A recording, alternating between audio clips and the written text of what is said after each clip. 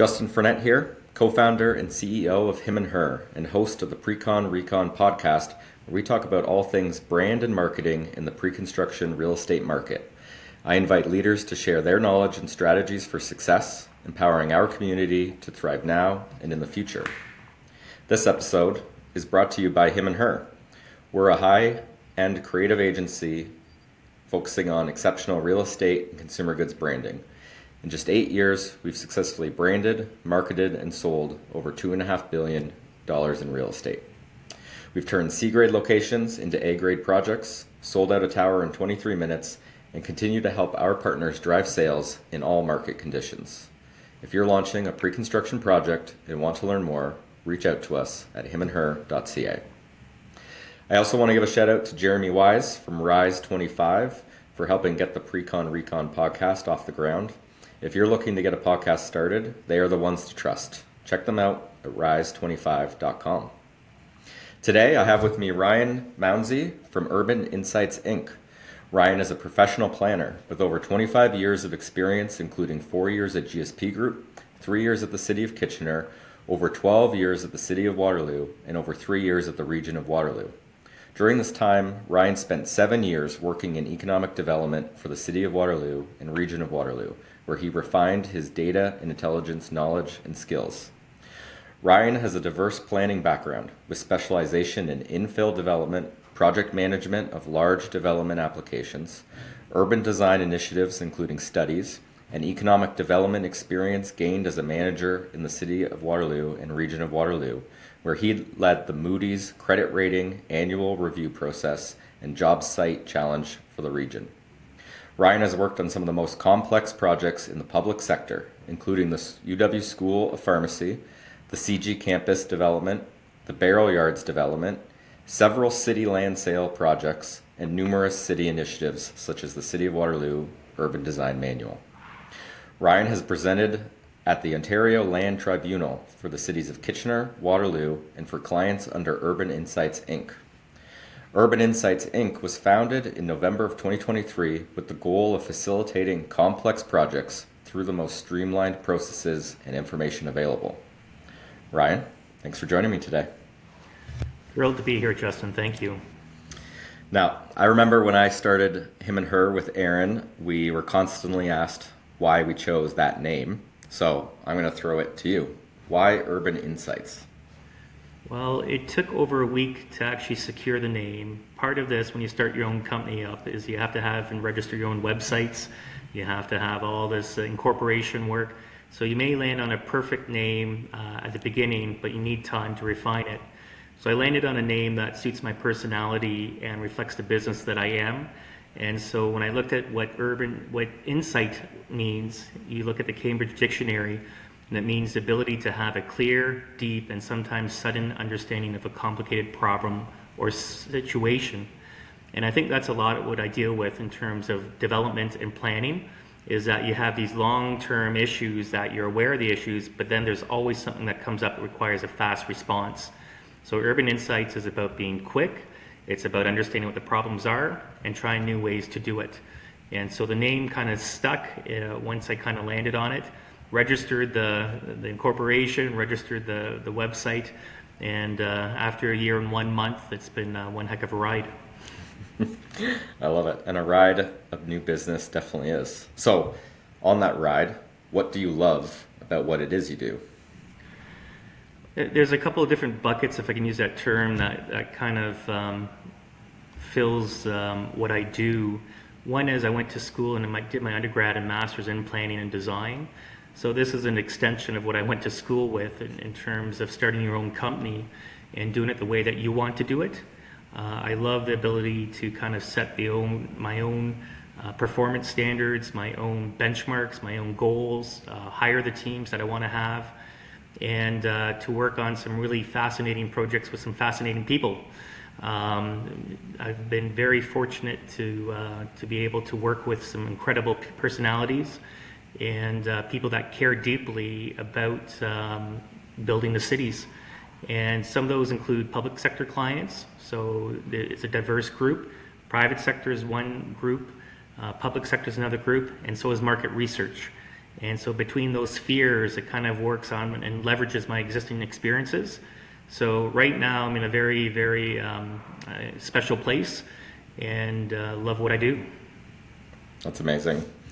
Well, when we talk about that special place you're in, that obviously gives you a unique perspective. And my understanding is Urban Insights specializes in leveraging data really for making decisions. And like you said, quick decisions on challenging problems. So what types of data do you find is most valuable when you're working with a developer and that they should keep in mind when they go to brand and market a development from early stages to late stages?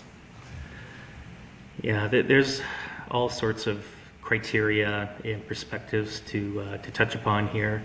When you talk about data, it's basically the pieces of information, the facts, the statistics, the measurements, even the observations of what's been collected, and you use this for reference, analysis, and computation. And so when you use data, it can be qualitative or quantitative. And so as we kind of work through the different information sources, some of it is publicly available and ready. Population statistics is really important. I've developed my own local market analysis documents called the KW Cambridge Market Prospectus. And I kind of bunch all this information, whether it's publicly available or if it's more difficult information sources to pull together. So for clients, what they really focus in on is it a growing population? Is there a market to support where I'm going to build?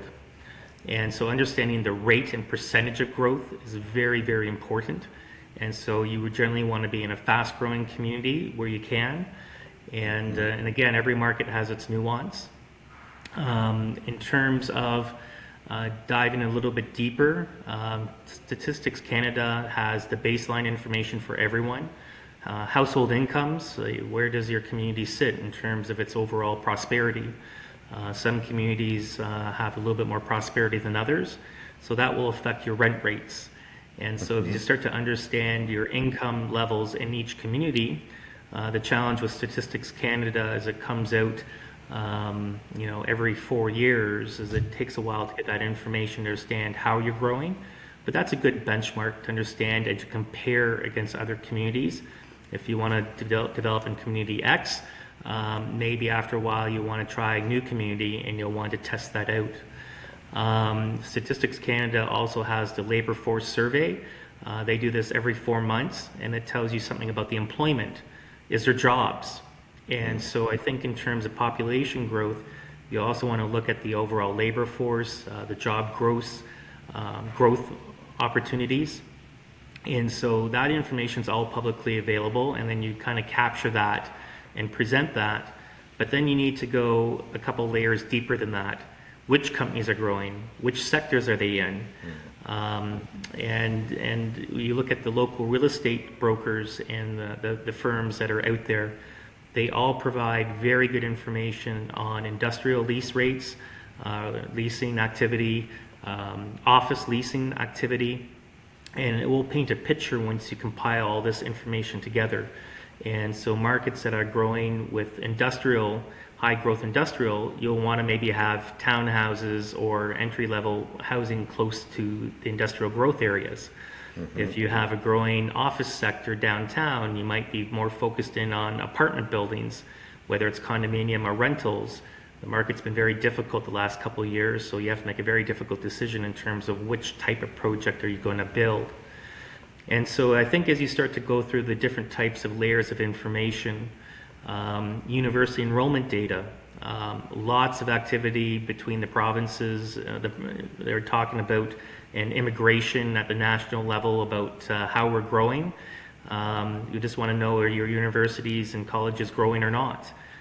That will gear certain types of housing close to campus.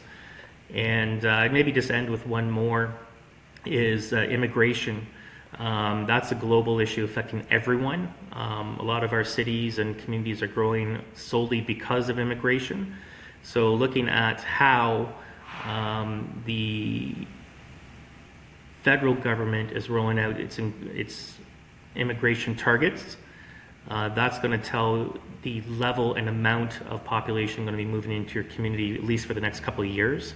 Everyone is growing right now for the most part, but some communities faster than others. But there will be a slowdown with some of these changes that are happening from the last year or two. There's a lot to unpack in that. And from what I understand of what you're saying is most of the value you're bringing is definitely before you even make a decision of where you're going to put your project and what the project is going to be, making sure that that aligns with what the customer wants or what's even available in the market. And I love that because even in a branding and marketing perspective, the earlier you can shape the vision of the project from what it is physically that you're building to how you communicate it, I think helps with that alignment. For example, are you building a luxury rental in a location that isn't going to support a luxury rental? Now, I think that it's obvious the value that data brings before making a project decision. How is your data helpful to, let's say, a developer who has a stalled project? Is there anything in there that you think they should focus on or put their attention to help in the current market condition that's a bit volatile at the moment? Well, it's definitely about a pivot. You can hold, but that's expensive. And there is a business plan you need to map out in terms of how long you can hold. Interest rates are going to have a dramatic impact in terms of the customer's ability to either receive funding, loans to buy a unit for themselves or to speculate and to rent them out. So if their interest rates keep going lower, that could be just a waiting game.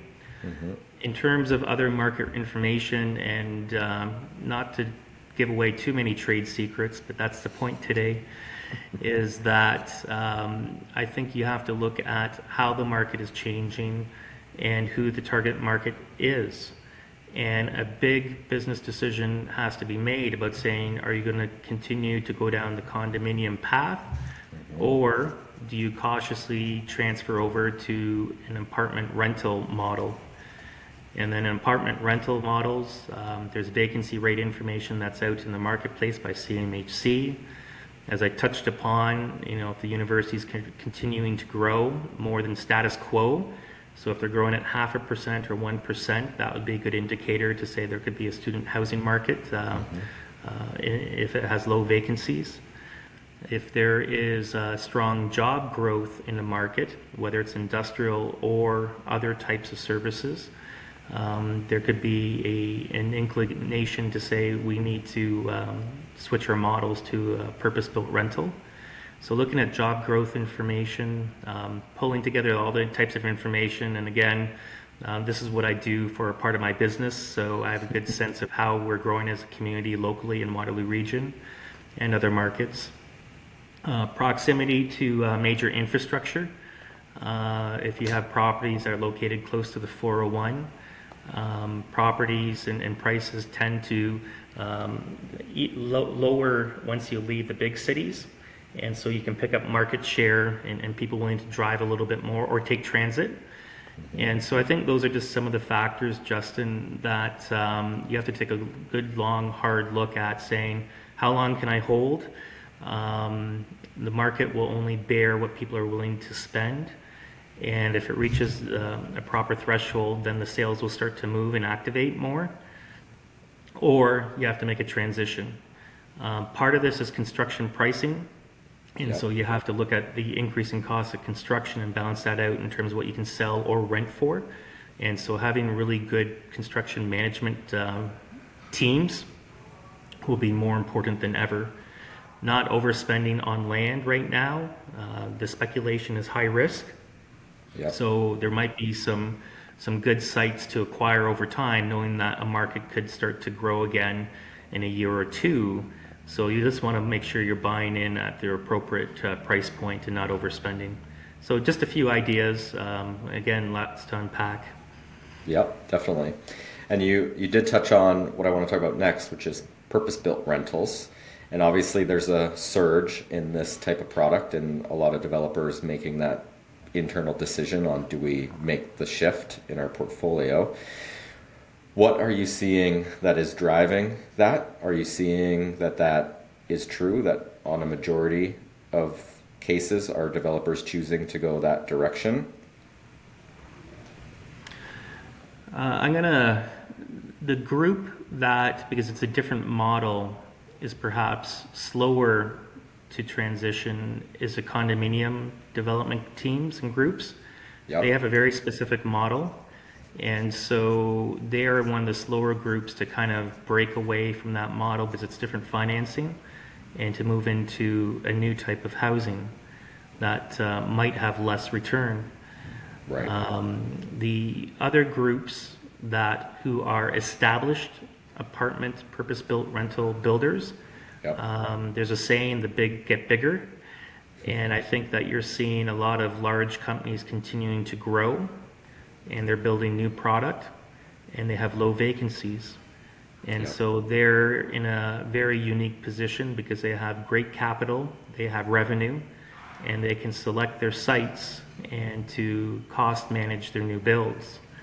And so I think the large companies, purpose-built rental companies, are growing, and you'll continue to see that in the short term for sure. Yep. Now the category of the condominium developer that's potentially thinking about making a trial run into this or changing their directive, what's one misconception that you think they may have that they should be aware of? Misconception that it's easy. Okay.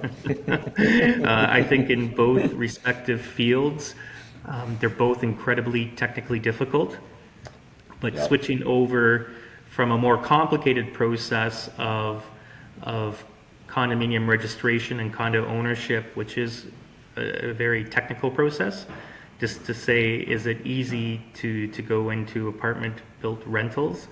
I think that could be perhaps one of those misconceptions.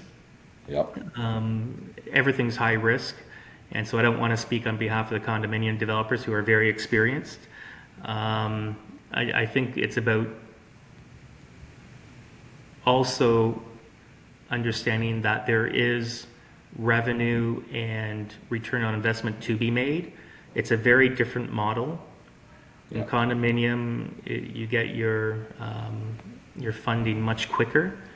It's not that apartment rentals are leaner, it's just that it's a different model, and you're building and investing in the project, and it's a longer term hold. Your exit strategy could be a REIT that comes in later and acquires the properties for your exit strategy. Yeah. So it's about just doing your homework and saying, before you even think about going into apartment rentals, what is your path and what is your business plan? Because you need one. You don't want to figure it out on the fly. You'll want to figure it out in terms of a business plan. And the other group in purpose-built rental, I just quickly add, Justin, is new entrants to the market. Okay. I think there's quite a few entrants in there that are building smaller products, and the entry point is much easier for rental than it is condominium. So I'm going to suggest that you're going to see a lot of newer people building smaller purpose-built rental product in moving forward. Is there any examples of those that you're working on that you can share with us? Well, one in particular, they started off with single detached homes, triplexes, spur-line developments, also known as Neo Developments. Neo Developments is an accomplished company that's done over 17 homes in Uptown Waterloo, and they've been very, very intentional, purposeful to kind of change their business model to go into rentals from single detached homes, rebuilds. And so as a development company, it's a hold. And so Spurline Developments just completed a triplex on Union Street, had some good lessons learned, and provincial policy, staying on top of policy changes is so critical. It has a direct impact on what you can do and your costs. And they just recently received approval for a six-story, or not a six-story, but a six-unit building, so a sixplex. This is a purpose-built rental product that they're moving through very quickly in the city of Waterloo, just across the street on Union Street. They have an application in for a 16-unit fourplex development in St. Jacobs. So they're not just bound by downtown urban locations. It's urban living, but they're testing the rental market out in St. Jacobs. And they have a 45-unit project in Uptown Waterloo. So they're starting to scale and going through the transition and growing pains of going from singles to triplexes, being exempt from site plan control with 10 units or less, and then going to the big leagues with a 45-unit building that they're working on right now. So that lesson learned to be with a company that's has experience but's willing to grow has been a tremendous experience to be with. That's amazing. Okay, I'd like to move then to what I saw recently you post on LinkedIn about another potentially growing category, and that is office to residential conversions. And I believe that you just did a project in the City of London, is that correct? I did, and we did it as a team. So Urban Insights was the lead consultant, and we made an RFP submission to the City of London with Durrell Communications and with Gillam Construction Management. And with Durrell Communications and Gillam, we were able to provide the city the playbook, if you will, of the pro formas and incentives to facilitate office to residential conversions. Very quickly, the City of London has a very large office supply. It is historically an insurance town and finance town, and a lot of the buildings that have been built are now sitting vacant in their downtown. They have over 1 million square feet of vacant space in their downtown, so they needed a plan what to do with this vacant space. The pandemic has completely accelerated any weakness in the office market. And so the city asked us to write a series of reports and recommendations about how to attract office to residential conversions. Okay. And so we spent 4 months on this project. It was a very fast project. It was a very intense project, but a very good project. And we came up with at least 9 deliverables that basically said for Class B and C office buildings, Gillam created a whole new scoring card system to say what buildings are good candidate buildings to be converted, because most buildings are not. Okay. Only 2 out of 10 buildings are ideal candidates for office to residential conversions. So you have to look at the market. Yep. But if you can get 4 to 6 buildings converted, it's 4 to 6 buildings out of the office inventory, and you've reduced the office vacancy rate in the city.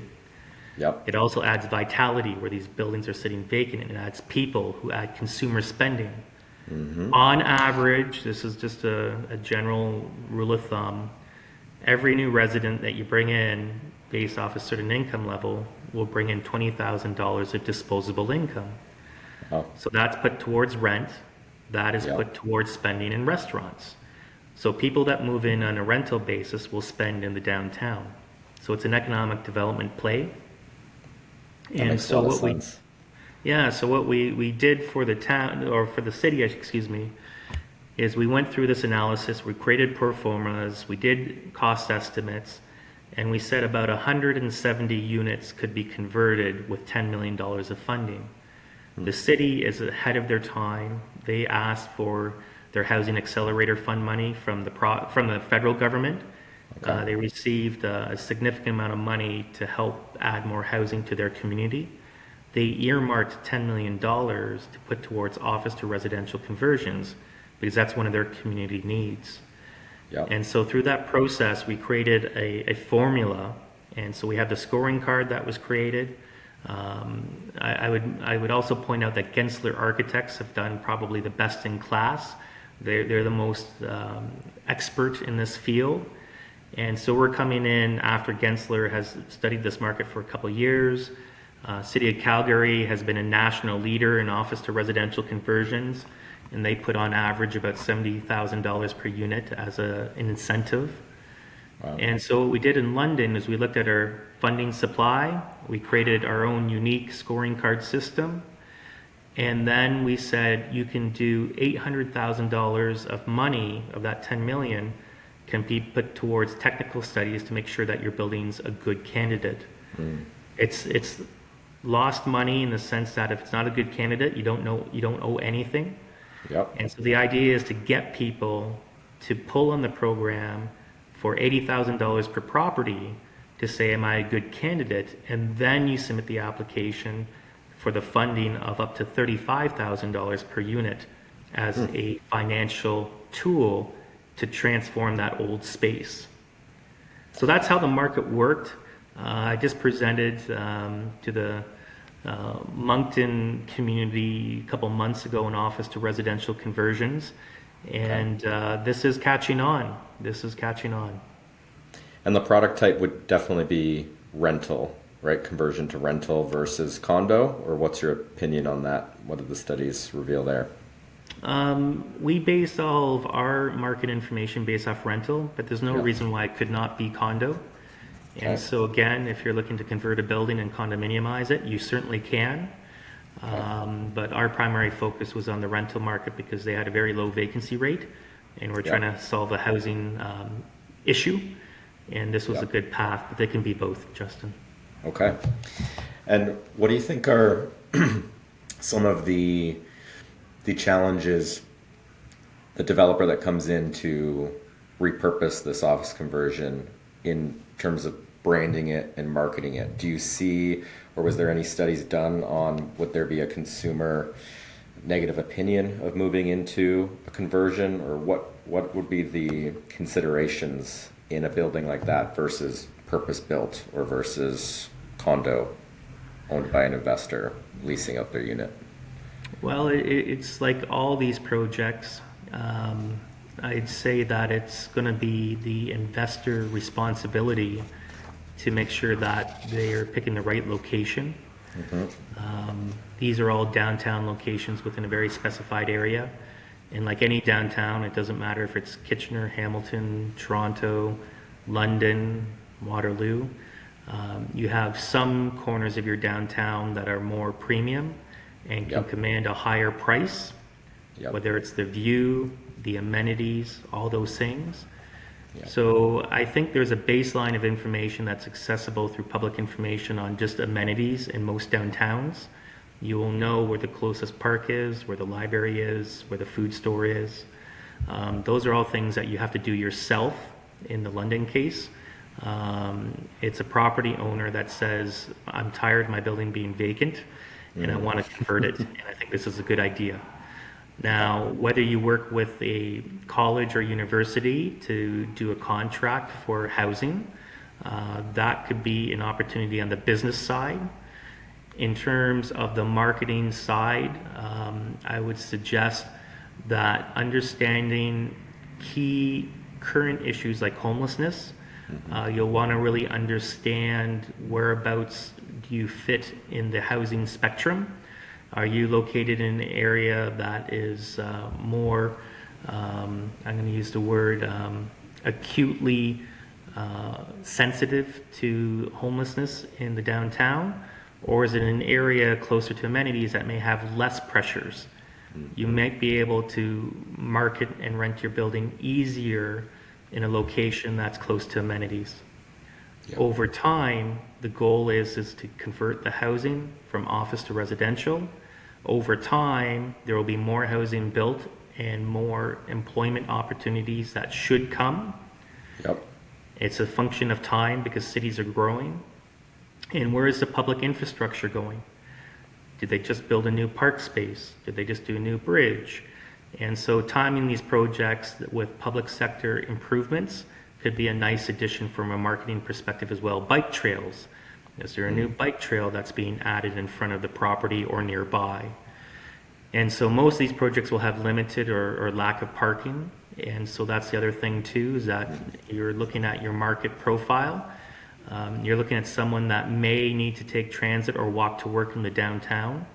So it's a slightly different profile in terms of who you're trying to target. And so I think those are just some of the issues you have to look at, but there wasn't an overall marketing plan prepared for this. This was a housing plan. Awesome. I really like your note there about timing, not only being aware of the local amenities and location, which is critical to any type of development, but for timing on what city initiatives are going on kind of brings to my next category of questions in terms of you've worked on the city and the region side, now you're working and helping more with the developers and the city still. But when you're working with a developer, what's one thing that you wish they knew about or understood better about the approval and planning process that would maybe make their lives easier? Well, I think... other than hiring you.